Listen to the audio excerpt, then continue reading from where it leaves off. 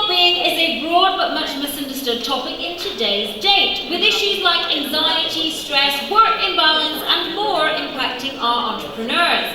So please now join me in welcoming up here our panelists for our next session. We have Dr. Naseem Ashraf from DNA Center for Integrative Medicine and Wellness. We have Dr. Shefali Verma from Institute for Biophysical Medicine.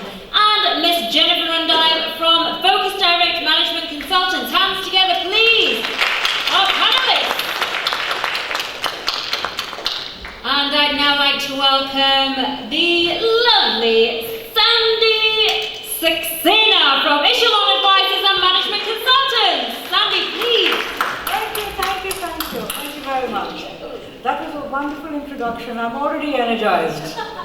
Okay, so before I do the protocol part of introducing my esteemed panel, I want to ask you all a question. How many of you got up today in the morning and said, I'm so fresh, I'm so relaxed, I'm so ready to face the day? Oh, I can see people saying no. And then how many of you got up in the morning and reached out to your bedside table and said, I need to take this tablet, or I need to take that tablet? Some of us don't take it, some of us have to take it. And today we're here to talk about how you don't have to take it. But before that, I know everybody's had lunch and everybody's feeling sleepy, so would you all please stand, because I shouldn't be the only one standing, right? So can you please stand? No, the panelists are very nice, they can sit. All right, and I want you to extend your hands, and I want you to rub your palms till you feel the heat. Lots, extend it, absolutely. Right, as hot as you can get them, right? And I want you to clap 3 times. And clap more. Isn't that wonderful? We haven't started and I still got a standing ovation. Great, thank you very much. Please have a seat. I'm now going to ask my panelists to introduce themselves. So that is slightly different, but I think how can anybody do an introduction of somebody else? They should do the introduction because they know themselves best, right? So could I please start with Jennifer? Thank you. Right, I'm going to be asking you guys some questions because I'm known to ask too many questions. And you know the time when you guys are so stressed out, that you being the bosses, the entrepreneurs of your businesses are going through so much of stress and tension where you do not know where to go and what to do anymore? You've done the projects, you've done the operations, you've done the finance, the staff, and the whole 9 yards. And still you're not being able to get to what it is that sticks you. Well, that's what I do. I come to unstick you, to help you to be the CEO you of your life and living. So I'm Jennifer Randhive, and we're going to have some fun together, okay? The rose between 2 thorns. Dr. Naseem. Well, after that excellent and what she said, wonderful lunch, I'm sure that if you haven't had brain fog yet, hopefully you won't get it in this session either. But seriously speaking, ladies and gentlemen, medicine has evolved to a new paradigm.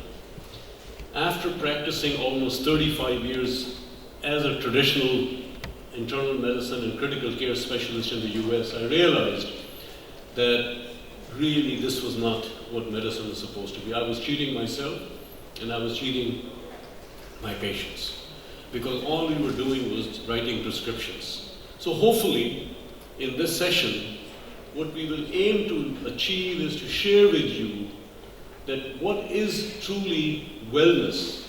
Is it the absence of disease, or is it a state of well-being in which we all function at our optimal level, being as happy as we can naturally be in this environment, but at the same time, having our lifestyles determined not by our work schedule and by other issues, but by ourselves. So you are the captain of your life. And hopefully this is what wellness medicine is about, and that's what we will talk about. Thank you very much, Doctor. And now Dr. Shefali. So without actually repeating a lot of what Dr. Ashraf has just said, I'm actually an integrative medicine specialist here in Dubai. I've been practicing for the last 8 years, and I've worked a lot with corporate entities and entrepreneurs. And one of the biggest things that I wish that I can, share with you is the fact that your today is going to dictate your tomorrow. And what you choose to do today has a huge impact on your tomorrow. So instead of waiting for it, this whole idea of prevention, it's never too early. And medicine, in terms of, what we think is hereditary, lifestyle plays a huge factor in being able to turn on and off genes that you think you're destined, to have. And we're hoping that collectively in this session that you should go away with a little bit of an empowering sort of feeling to feel that actually I can do a lot and that it doesn't have to be this way, no matter what you're trying to achieve in your goals, in employment or, your self-employment. So we're hoping collectively is really to have an empowering effect on you in this next half an hour. Thank you, Shivali. So today at lunch, I was sitting with a group of gentlemen, and I introduced myself and I said, this is the session that I'll be doing. And the gentleman to my left, he says, I think you need to speak to my bosses. I said, okay. And then the gentleman on my right says, I have a very stressful job and I don't really get too much sleep, but I don't have too much of a choice. So I thought to myself, that reflects a lot of what all of us feel and what all of us are actually experiencing at different levels. So I'm going to ask Jennifer to share some information. So you've been part of the corporate world for some time, is that right? About 20 years? 25. Wow, okay. So what are your observations about the attitudes and how does that relate to performance and relationship, both at work and in the family? I started off, my business was in recruitment first, so everyone is really stressed out about recruitment and how to find a job and how to keep a job. But I have experienced a lot of change myself, and that's why today I talk about how I had to go through the change myself, which I facilitate people with. So I've seen people who've come and who are really stressed out. They've actually made themselves sick. And it is all happening from stress and pressure. So does that answer your question, Sandy? Yes, it does answer my question, and we'll get back a little bit Yeah. to what you're going to be Yeah. doing later. Yeah. So, Dr. Naseem, of course, you have, if I were to start reading about all your qualifications, we'll run out of time. So I'm just going to skip on that. You have a lifelong interest in holistic medicine, is that right? Yes. So in the SME sector in the UAE, we all know that it accounts a lot for the economy of the UAE. It's run by the SME sector, am I right? Correct?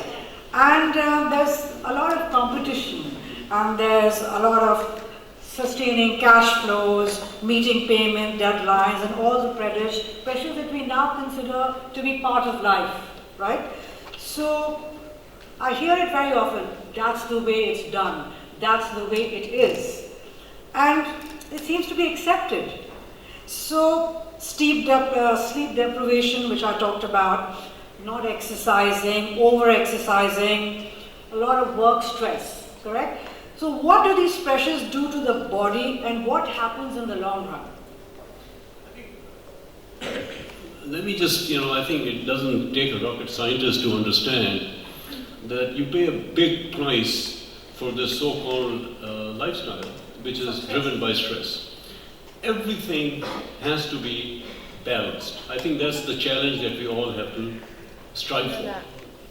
Now, what does it do to the body? I think specifically that's very important. Let me just, at the outset, say that the single most important thing to rejuvenate, to repair your DNA, to actually heal, is sleep.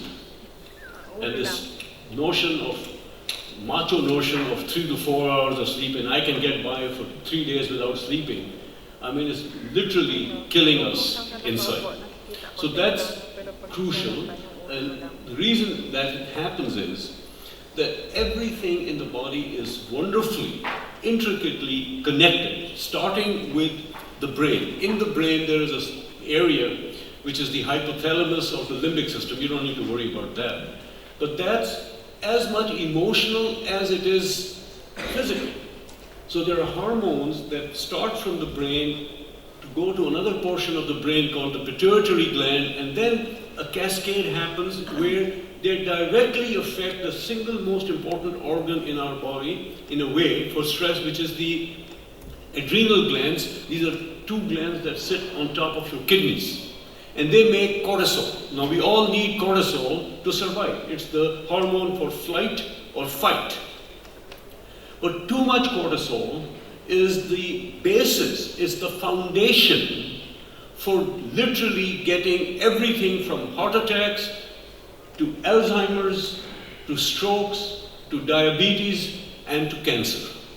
It's not an exaggeration, and I can cite you multiple studies that you can look at it for yourselves. So these are triads that are linked from the brain to your glands, the hormones, and also the physical side, which are electrical impulses that affect this.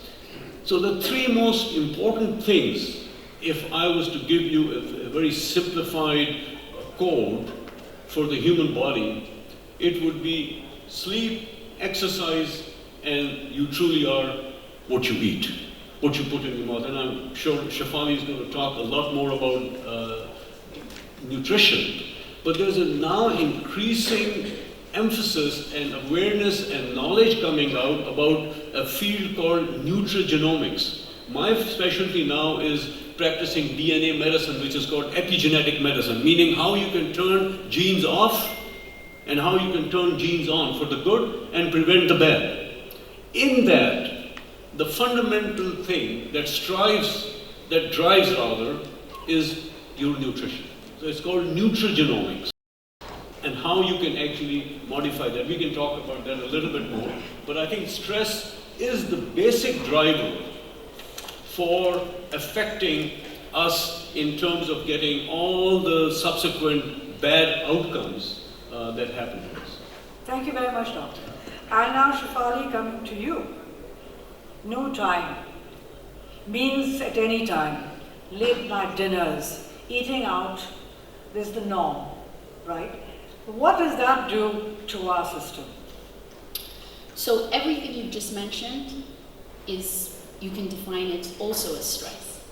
You know, one of my mentors, Dr. Robert Rukowski, he used to say, 7 things every day, if when out of balance, you were stressed. And that was, you need to eat right every day. You need to drink right every day. You need to move right, exercise every day. You need to think and talk right. So that comes with the stress and the meditation and the mindfulness aspect of it. You need to sleep every day. And lastly, you really need to, he says, poop every day, but what he actually means is, elimination, digestion needs to be working well every day. Now, if any of these things are out of balance, that's stress. Now, if any of these things are out of balance every day, then the accumulation of stress creates disease. No chronic disease happens overnight. You would be wrong in your thought process thinking that, oh, I got this overnight, oh, I'm bound to get this. But every day, accumulative stress creates disease. This happens, this happens, this happens, this happens, that happens, oh my God, that happens, doctor, now. But actually, it's all the thises that has happened that you allowed to happen that acquired that in the end, that we're all so frightened of. All the diseases that Dr. Ashraf just mentioned, technically, if you really look at it, you will see signs of them well before you thought, you just weren't mindful of the out of balance. And digestion is key, because we're not what we eat. In fact, we are what we absorb. You know, there's a big difference between what you put in your mouth versus actually what is accumulative and gets into our cells and is restored. You know, and that's actually a very important aspect. It's not, in stress, entrepreneurs, corporate world, we give about what, 10, 15 years of where the priority is work. But those 15 years that you have prioritized work for your actual silent priority, be it your family, your bank balance, your life, you are actually putting on the back burner because you're allowing yourself to technically accumulate stress and illness to then not be able to be there for that family, you know. What you do today, and I mean today, all the small business owners, big business, you know, is going to dictate what you will be like tomorrow. And tomorrow will be too late if you don't look after your today. Ooh, that's quite a warning. You have to start now, not even today. Thank you very much, Shefali. Doctor, I'm just going to come back to you. And I wanted you to just throw some light on this attitude of pill popping, right? Control, stabilize, placebo, all that. I'm okay if I carry on this. I think that's the single most important question, really. That's what changed my career, because I was sick of prescribing pills. We all want the silver bullet. We want to pop a pill so that we can go out then and have, you know, the biggest dessert we can, or whatever. So the single most important thing to understand and to remember is that much more important than medicine, of course, I'm not a therapeutic nihilist to say don't take medicine. If you have an appendix, you go to a doctor, get your appendix out. Or if you have diabetes, besides the lifestyle, which is the single most important thing, pill popping, especially medicines. Now there is one medicine in particular that I was sharing with you that I want to talk about. And this is a medicine that people are using for cholesterol, right? Statins. This is a class of medicines. I don't know how many people in this room are taking cholesterol medicine, but it's very fashionable and conventional training and thinking that you go to your doctor for a checkup and they look at your numbers, or you just happen to go to the emergency room and they drew a blood panel and saw your cholesterol at 210, and all of a sudden, you know, everybody's red flags goes up and they says, oh, your cholesterol is very high, you have to take this medicine. Wrong, absolutely wrong. Wrong to the extent that two notable cardiologists, one from Harvard and one from my alma mater, UCSF in San Francisco, actually went to the New York Times and wrote an op-ed piece for the American public saying, for God's sake, don't do this, because it is damaging, it is hurtful, and it can cause a lot of side effects. So what is cholesterol? Just so that we can close this little chapter.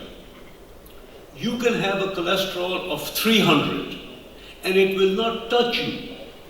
I guarantee you that. Unless that cholesterol gets oxidized in your blood. So what do you mean by oxidation?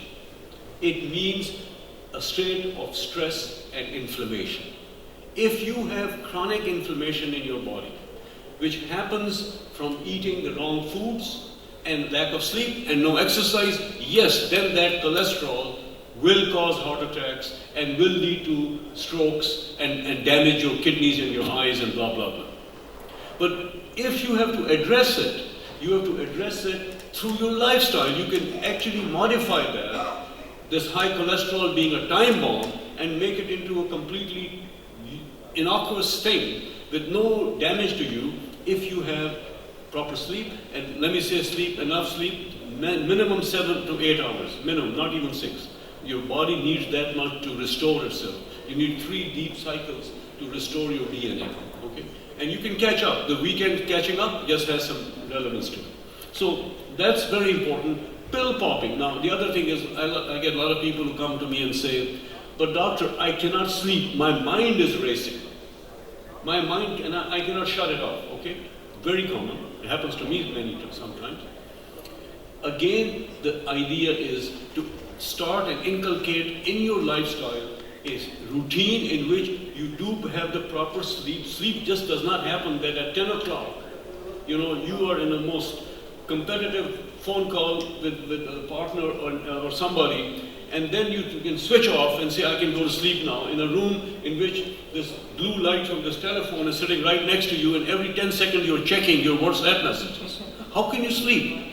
So there are some rules for sleep. You can't have television in your room, you can't use this phone, it should be charged somewhere else, blah, blah, blah. So that's very, very important for sleep. But it's also certain natural remedies you can take instead of popping Valium or Lexotanil or these pills that people are very happy to prescribe to you. As a doctor, I will just get you off my back and say, here, take this medicine. No. Try, for example, there is a wonderful tea extract called L-theanine. I don't know if you've heard of this or you may have used it. It's a wonderful natural compound. Similarly, for cortisol states, you can use things like magnolia and valerian. And these are, I'm giving you these examples not because these are anyway superior. They are superior in the way that they don't have the side effects of these other pills that you talked about. So you got to be very, very particular and ask your doctor, and don't, another big one, I'm sure Shafali, you will talk about it, antibiotics.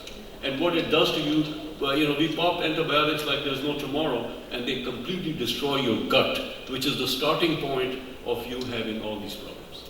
Can I just add one thing? One of the things that I also urge you to ask yourself when you are prescribed a medication is, say, am I deficient in this medication? And I would say 99% of the time, you will not be deficient in this medication. You just haven't had time or effort to ask yourself, why did I end up in this situation? And it is really empowering to know that actually we don't need to symptom control. We need to actually look for the problem. And often the problem lies within yourself. And we get the same questions asked, I think, with supplementation too, So, just staying with you, Shafali, I just want you to focus a bit about the food and supplements and stuff. So, supplements, food, hydration, teas, coffees, right? Fizzy drinks, energy drinks, we have them all. And we sort of reach out for that quick fix because we have to go for a meeting or you have to be awake and alert. So some people also pop a lot of multivitamins like, I just put it in and that's fine, I'm fine. So, and there are also these off-the-shelf medications, not medication, supplements. Sure. You sort of read that and say, I need all of this. Oh yes, this tablet has everything. So I'll just take one of those and that's the miracle thing, right? So how much does the body really absorb of all of this? And what does it actually do when you have that fizzy drink to give you that pep up? So, if we start off with actually food per se and regularity of eating, we touched on it earlier that we all have a circadian rhythm, a body clock. Hormones are released according to this body clock. What you eat will actually often dictate what you will want to eat in your next meal. And that's why we have highs and lows. That's why, so many of these coffee shops do really well, because come lunchtime, you've had your heavy carbohydrate-filled meal, you kind of want to sleep, you've still got a lot of work to do. 3:30, it's time for that coffee. That coffee, maybe that muffin, another high, another low. By the time you get home, you're starving. You're looking at all the cupboards, looking for what can I grab, because food's not ready yet. And then you end up eating anything and everything. It's the only time you technically can relax with whatever, your phone or your mobile or your movies or whatever it is. And then we tend to be like, it makes us happy. Food makes us happy. So we eat whatever we want and then we go to sleep.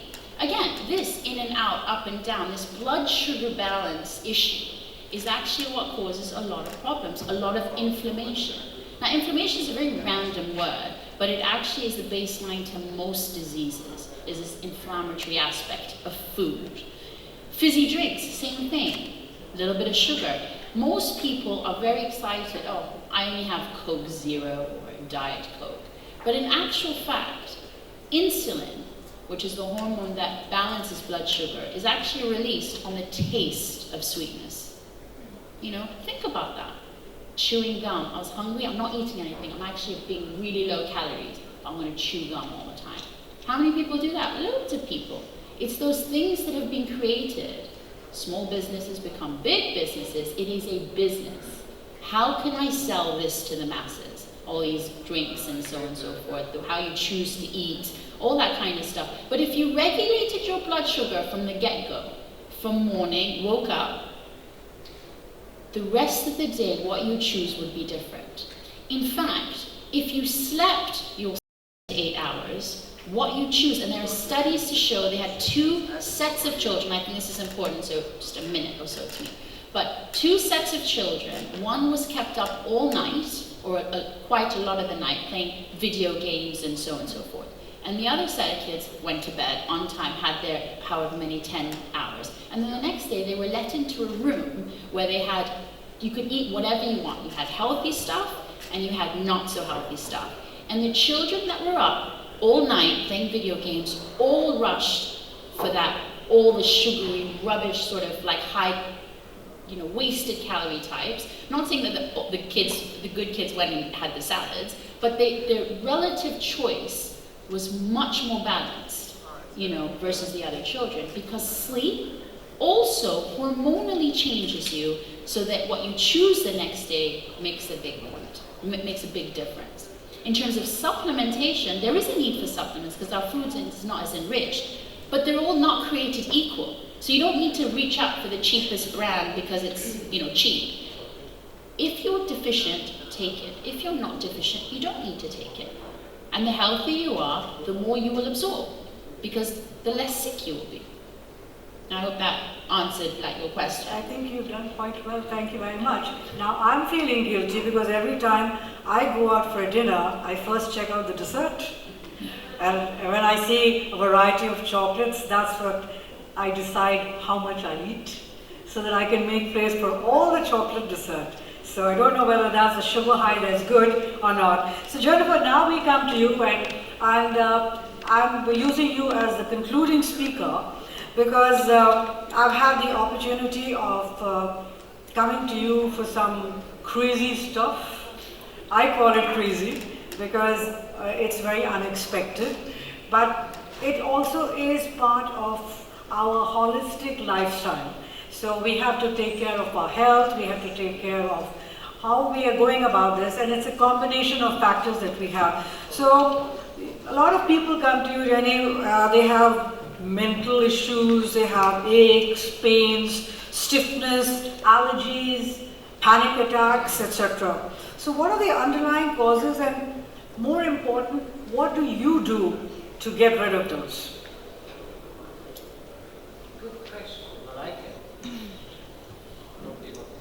Many of us keep looking at symptoms. We keep looking at what is there, what can be recorded. But most of us totally do not even look that there is energy that really works wonders. We all are energetic, we all have energy.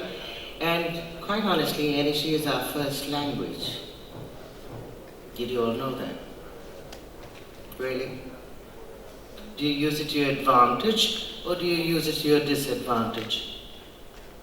So most of the time what we are doing is we totally eradicate the energy aspect and we go into what it is that we can see physically. As the amazing doctors have said, that we wait constantly for something to really hit us in the face and then we call it disease. But it's actually what keeps on occurring over and over again is we are experiencing dis-ease, but we don't look at it. It actually comes in as a soft, gentle touch. The whispers of consciousness to say, kiddo, have a couple of hours of sleep. Now, we haven't ever paid attention to that because, it's no big deal. We keep shoving it under the carpet till it actually blows up in our face, which turns out to be a disease. Now, having said that, we also I've experienced a lot of people who come to me, and I work on the corporate level, so I deal with CEOs and their teams, who all come up with, I've been to the doctor, I've been this, and I've done this, and I've had this pill, and I've that, but nothing seems to be changing. What is it? So I keep telling them, if you turn to be the change, you can actually see things differently, and that's what I help with. So now, most of us are, not most of us, correction there, all of us are psychic. Did you know that? That we pick up on everyone else's energy too.